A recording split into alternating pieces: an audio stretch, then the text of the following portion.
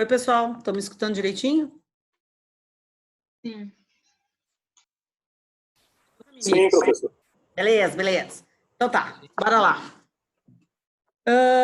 Vamos pensar agora no assunto 3, que são as variáveis aleatórias. Vocês conseguiram dar uma lida no assunto 3? Sim. Uhum.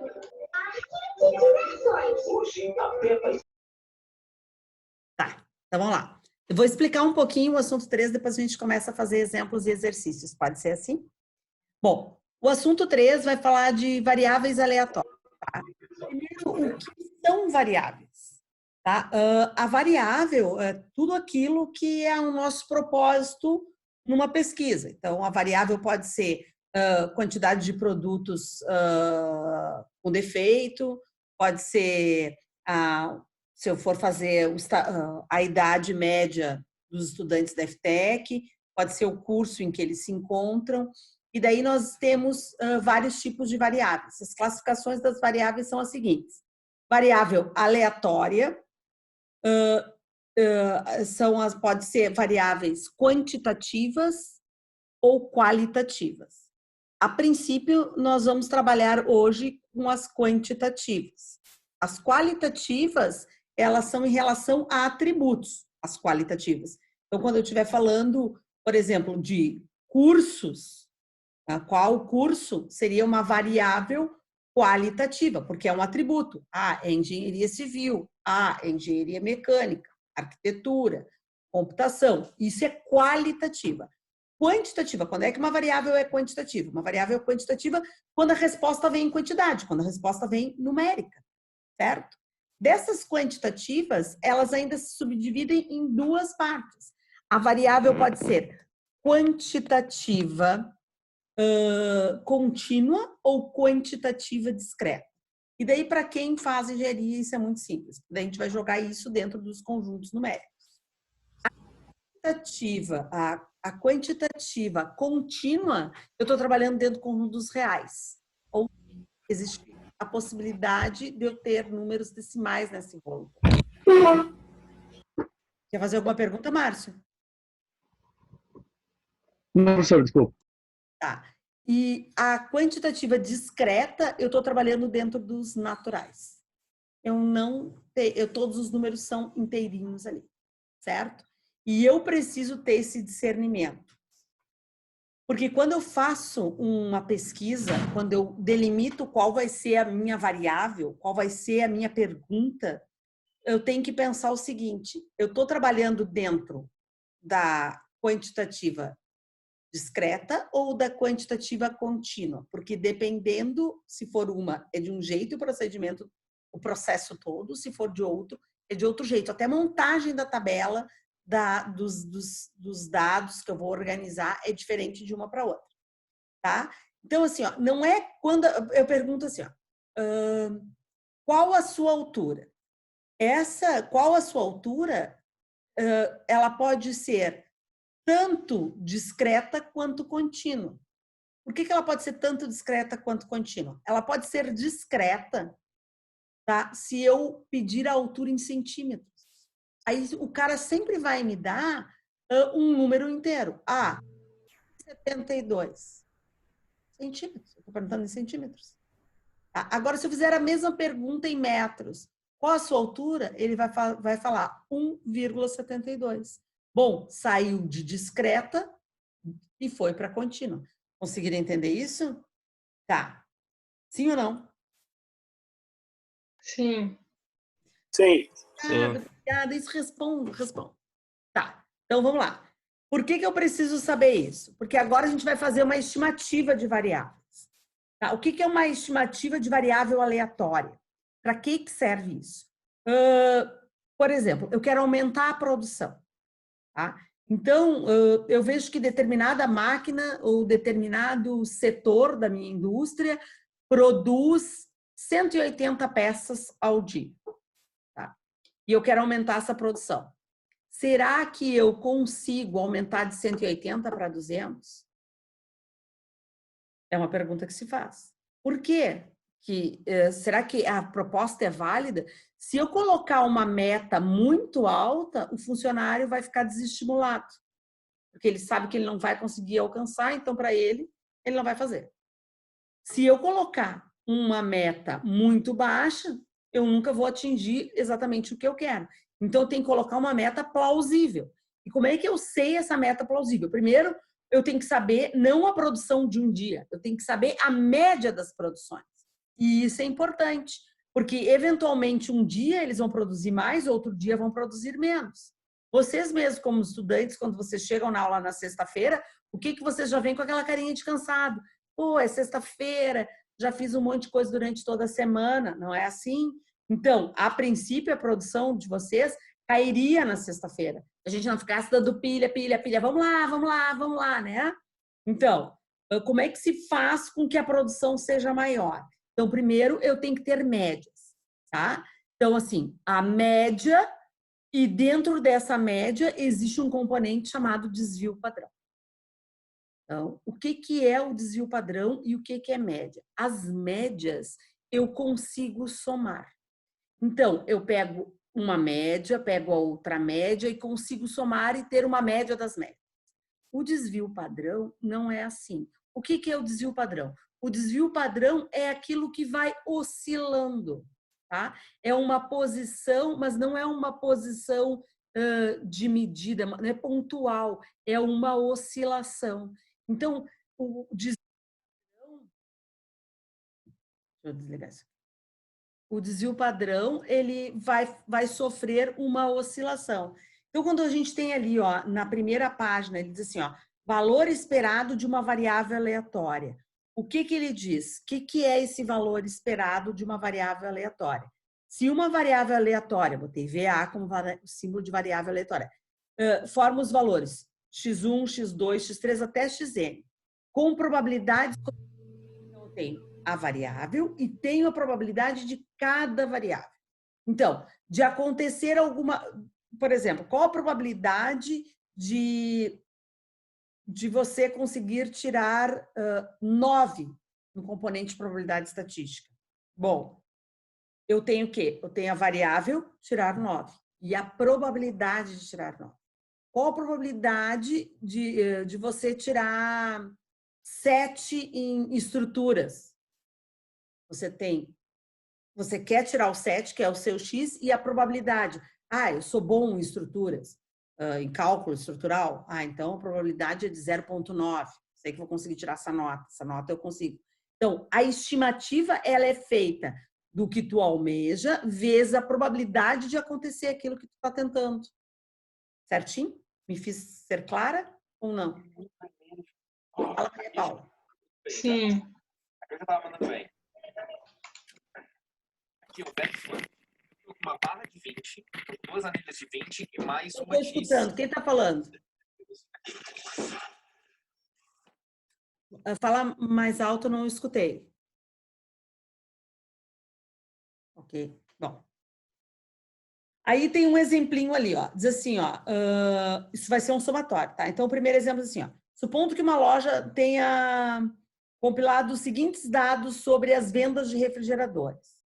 E daí faz X0, X1, X2, X3, X4. O que é aquele X? Quanto foi a venda? Teve, para não vender nenhum refrigerador, que é o X0, aqui dessa tabela, certinho? A probabilidade de não vender nenhum refrigerador em um dia é de 0,2. A probabilidade de vender um refrigerador é de 0,3. A probabilidade de vender 2 de 0,3. A probabilidade de vender 3 refrigeradores, 0,15, e 4 refrigeradores, 0,05. Somando todas as probabilidades, tem que fechar quanto? 1. E fechou 1. Aí eu quero saber qual é o valor esperado de vendas.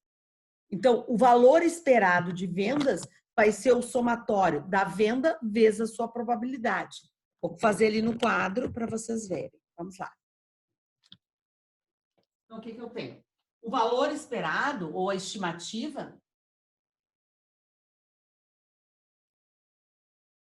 vai ser o somatório de X vezes a probabilidade dele acontecer. com X variando de 1 a quanto? O Y variando de 0 a 4. É o que eu tenho ali. Certo? Então, o que eu vou ter? Eu vou ter vender 0. 0 vezes 0,20. Mais vender 1. 0,30. Mais vender 2. 0,30. Mais vender 3. 0,15. Mais vender 4. 0,05. Quando eu fizer todo esse somatório aqui, então eu vou ter a estimativa geral de vendas de um refrigerador. Então eu vou ter 1,55. Qual é a estimativa mais plausível de venda de refrigerador nessa loja? 1,55. Essa é a possibilidade. Então, o que significa esse 1,55? Isso é uma estimativa feita de uma média. É impossível, em um dia, o camarada vender 1,55 refrigeradores. Só se ele esfacelar o refrigerador. Correto? Então, o que eu tenho? Eu tenho isso a longo prazo. Eu posso cobrar que essa média vá de 1,55 para 3 de um dia para a noite? Claro que não. Só se aconteceu o incentivo do governo, que, por exemplo, teve há uns anos atrás, de diminuir o IPI da linha branca. Bom, daí começaram a vender refrigerador. Até porque refrigerador não é uma coisa que tu troca todo dia, que nem celular, que todo ano se troca. Entendido? É uma coisa que tu compra e dura por um tempo grande, né? Então, o que acontece? Não existe a possibilidade de ser 1,55 de estimativa, mas ao longo prazo é essa situação que tu tem. E daí, ali eu explico, ó, como a loja, obviamente, não pode vender 1,55 refrigeradores em nenhum dia, porque o número considerado de vendas é considerado de 0, 1, 2, 3 e 4, que não se corta o refrigerador, não se faz uma meia venda num dia, o resto da venda no outro. A pergunta é, como interpretar aquele valor? O valor estimado é um valor a longo prazo. É isso que tu tens que entender, certo? Quando tu tem a ideia de longo prazo, tu sabe como, por exemplo, quanto tempo vai durar uma obra. Eu brinco muito com o pessoal da Civil, né? Eu digo assim, quando a gente contrata alguém para fazer uma obra na casa da gente, o cara sempre diz 3 semanas. Tu já sabe que não vai ser 3 semanas. Tu já sabe que o cara vai para tua casa e ele vai ficar amigo do teu cachorro, inclusive. Entendeu? Mesmo que o teu cachorro seja o mais feroz possível. Porque ele quase mora na tua casa, ele quase habita. Né? Porque eles nunca mais vão embora. Por que o cara... Tu tá rindo, Kleber? Mas é isso aí. O cara diz 3 semanas, mas tu sabe que não é. O cara não tem a menor noção. Pô, faz uma estimativa. Quando tu faz essas obras, mais ou menos quanto tempo? Por que tu diz menos se tu sabe se tu vai morar na casa da pessoa? Sabe? Porque daí a gente fica naquela expectativa. Kleber, não tô te ouvindo. Abre teu fone. A última minha levou 6 meses. Então, tu concorda comigo, né? O cara quase assim tá brindando Natal e Ano Novo na tua casa, mais ou menos isso aí, certo? Então, faça uma estimativa. Por quê? Gente, quando a gente trabalha em produção, é importante saber o valor estimado das coisas, certo? É muito importante fazer uma estimativa correta. Por quê? Porque se eu quiser aumentar a linha de produção, eu não posso chegar para o meu funcionário e dizer assim, ó, de 1,55, que eu sei que todo mundo faz, eu quero aumentar para 3. Ele sabe que ele não vai atingir a meta. Então, eu não posso exigir isso dele. Eu posso chegar em 3, mas primeiro eu tenho que dizer que eu quero que a meta seja 2. Aí ele vai se sentir estimulado, vai começar a produzir, ele vai chegar na meta 2, eu vou dar para ele um respiro e depois eu subo. Conseguiram entender? Essa é a jogada do valor estimado. Aí tem 2 exercícios ali de valor estimado, tá? Tem um exercício de um investidor e tem um exercício de prazo de execução. Botei proposital isso aí. Eu vou fazer esses 2 exemplos com vocês aqui no quadro, tá bom? Então, o primeiro exemplo diz assim, ó, que é exercício assim, ó. Um investidor julga que tem 0,40 de probabilidade de ganhar 25 mil e 0,70 de probabilidade de perder 15 mil em investimento. O seu valor esperado, o seu valor estimado é qual? Bom, eu tenho aqui duas características. Eu tenho a probabilidade dele conseguir e o valor dele, sendo que um é lucro e outro é perda. No lucro é um somatório, na perda eu tenho que subtrair. Tá? Então, essa é a questão. Você quer falar alguma coisa, Kleber? Não? Ok. Não, fica tranquila. Então, bora lá. Vamos lá. Tá me ouvindo, professor? Estou ouvindo, Kleber. Não, tá tranquilo, pode continuar. Então, apareceu para mim como se tu fosse falar alguma coisa, por isso que eu parei para te escutar. Não tô nem com a câmera ligada. Não, mas aparece o teu nome com um verdinho em volta, entendeu? Ok. Esse exemplo aqui, ó. Vamos ver. O valor estimado, então, a estimativa, nós vamos calcular o seguinte: 0,40 vezes o que ele acha que ele ganha, que é 25 mil. Tá? Isso aqui é o que ele acha que ganha. E ele acha que ele tem 0,60 de perder 15 mil. Então, a probabilidade de perda menos 0,60 vezes 15 mil. Certo? Então, o que eu tenho aqui? Eu tenho aqui 11 mil. Não, 10 mil aqui. Menos 9 mil ali. Logo, existe uma estimativa, se ele fizer essas aplicações, 25 mil nessa aplicação e 15 mil nessa, existe uma estimativa ainda de um ganho de R$1.000. Conseguiram entender? Está muito longe essa câmera para vocês enxergarem o quadro?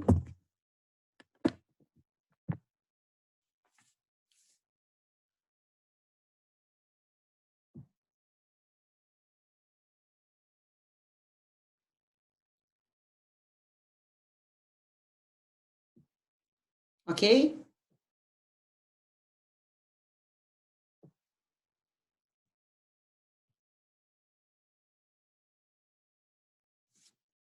Bom, agora a outra é a execução da obra, né? Tem uma tabelinha ali na execução da obra que diz o seguinte: o empreiteiro faz a seguinte estimativa. Para que ele faça a conclusão daquela obra em 10 dias, existe 0,3 de probabilidade, ou seja, 30%. Em 15 dias, 0,20. Em 22 dias, 0,50. Observa, 0,50 em 22 dias. E ele vai dizer para ti o quê? Que ele faz em 10. A gente sabe que não vai fazer em 10. Qual é a estimativa desse cara sair da tua casa? Bom, vamos ver.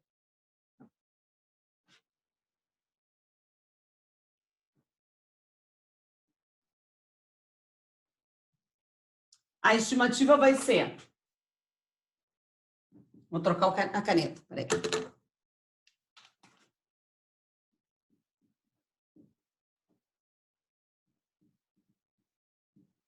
A estimativa vai ser 10 vezes 0,30 mais 15 vezes 0,20 mais 22 vezes 0,50. Certo? Aí aqui eu tenho o quê? 3 mais 3 mais 11. Prazo estimado, 17 dias. Aí eu fiz uma estimativa. Tá? Mas para fazer a estimativa, eu tenho que ter os dados antes, né? Tem que ter dados de referência. Eu já fiz essa mesma obra, 30% das situações eu consigo fazer em 10 dias. Em 20% em 15, porque estoura um cano, porque falta material, porque sei lá o quê. E em 50% em 22 dias, porque sei lá, N outras situações. Tá? Eu tenho que ter esses dados aí tabulados anteriormente para calcular uma estimativa. Estimativa de investimento, quem trabalha com economia sabe que é bem assim que se faz. Essa é a introdução para esse aspecto. Certo? Alguém está falando alguma coisa no chat? Vamos ver o que é. Ok. Tá. Bom, depois nós temos somas de variáveis aleatórias. Posso passar para essa parte aí, pessoal? Tudo ok? Vão colocando ali no chat algumas colocações, dúvidas e etc. Bom, ali vai falar em desvio padrão e variância, tá? Eu vou ler aquele pequeno texto introdutório que tem ali, e eu gostaria que vocês sublinhassem algumas coisas de suma importância, tá? Fala ali sobre soma de variáveis aleatórias. E daí diz o seguinte, ó, ele vai falar assim, ó, há inúmeras situações em que temos que considerar uma variável aleatória, que é ela própria a soma de duas ou mais variáveis aleatórias. Em tais casos, deveremos ser capazes de determinar a média e o desvio padrão das variáveis aleatórias resultantes. Exemplo, vamos supor que você vá cortar cano, tá? Então, você tem canos lá e tu quer que todos os canos tenham a mesma metragem. Sei lá, 3 metros é a média que tu quer. Só que tu pede pro camarada cortar cano de 3 metros e aí vem com 3 metros e 1 centímetro, vem com 2 metros e 99 centímetros ou 2 metros e 98 centímetros. Nunca vem, se não é uma máquina que faz isso, se é coisa manual, às vezes até mesmo máquina em litragem, posto de gasolina, etc. Ou quando tu compra, isso é que dá aula em casa com a janela aberta, uma borboleta, uma bruxinha aqui na minha frente, vai me dar sorte. Bom, então, sempre vem uma oscilação aí, certo? Então, em média, tu quer que o cano tenha 3 metros. Se tu vais colar um cano com 3 metros, com outro de 3 metros, qual vai ser a média dessas duas variáveis? Somou 3 com 3, a média das duas variáveis vai dar um cano de quanto? 6 metros em média, certo? O que tu faz? Tu somou a média de um com a média de outro, tá? Quando tu vai trabalhar desvio padrão, por que é o desvio padrão? É essa oscilação. Tu sabe que eventualmente não vai fechar 3 metros ali. Então, tu tem um desvio padrão ali de 0,2, tá? Ou sei lá, qualquer outro. 2 centímetros, por exemplo, é o teu desvio padrão. O desvio padrão de oscilação do corte desse cano é de 2 centímetros. Qual vai ser o desvio padrão desses 2 canos colados? Aí alguém deve estar pensando, bom, se a média tu soma o desvio padrão, tu também soma. Então, se tu tinha 2 canos de 3 metros, a média deles ficou de 6 metros. Aí tu tem o desvio padrão de 2 centímetros para um, de 2 centímetros para outro. Então, a média do desvio padrão aí, quando tu somar esses dois, o desvio padrão vai ficar 4. Não, não fica 4. Aí é que está a concepção. Desvio padrão não é assim, não é que nem média que tu vai somando, entendeu? Existe uma fórmula para desvio padrão.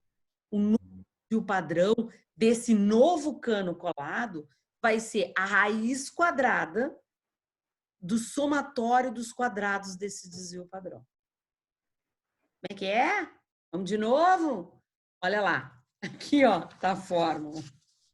Bem devagarinho. Slow motion. Olha aqui, ó. Tá vendo aqui, ó? Olha aqui, ó. Aqui é o somatório das médias. E aqui, como vai ficar o teu novo desvio padrão? O teu novo desvio padrão vai ser a raiz quadrada do primeiro desvio padrão elevado ao quadrado mais o segundo desvio padrão elevado ao quadrado. Ficou claro? Então, gente, quando tu eleva um desvio padrão ao quadrado, tu tem uma outra notação na estatística. Um desvio padrão elevado ao quadrado se chama variância, tá? Então, para definir essa fórmula, eu poderia definir essa fórmula como sendo a raiz quadrada da soma das variâncias. Ficou claro? Raiz quadrada da soma das variâncias. E daí, uma coisa importante, ó, que eu já sublinhei para vocês sublinharem aí, ó. Coloquem isso em negrito, peguem marca-texto, coloquem aí, porque isso aqui vai ser de extrema importância. E daí nós temos o nosso primeiro exercício ali, ó, que diz o seguinte: eu tenho 3 minutos, tá, para fazer esse exercício. Se vocês quiserem, se vocês acharem necessário, eu marco uma outra reunião e a gente entra com mais 40 minutos, tá? Senão a gente vai para o chat ou ali para o grupo do WhatsApp e a gente termina todas as colocações. Bom, professor, só, qual que a senhora sublinhou ali que eu não vi? Eu sublinhei aqui, ó. Rafa. Tá vendo? Vou ler o que eu sublinhei. Note que desvio padrão nunca se somam, somente se somam as variâncias, certo? Foi isso que eu botei ali com um marca-texto. Ok. Olha só. Vamos ver o exercício, então, ali no quadro.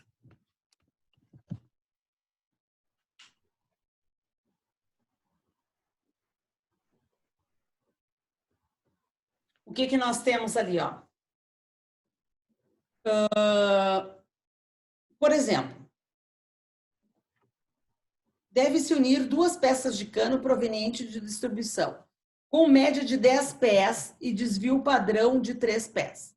Vamos calcular a média desvio padrão da secção resultante da soma dessas duas peças. Então, vou somar duas peças. Bom, ok. O que eu tenho? Eu tenho que a média 1 e a média 2 é de 10 pés. E eu tenho que o desvio padrão de 1 é igual ao desvio padrão do 2, que é 3 pés. Qual vai ser a média desses dois canos colados? 1 mais o 2. Vai ser 10 mais 10. Então, a média vai ser de 20 pés. Até aí nada de novo, tá? Agora, o desvio padrão, o novo desvio padrão de 1 com 2, vai ser a raiz quadrada do primeiro desvio padrão, que é 3, elevado ao quadrado, mais o outro desvio padrão elevado ao quadrado. Ou seja, a soma de quem? A soma das variâncias.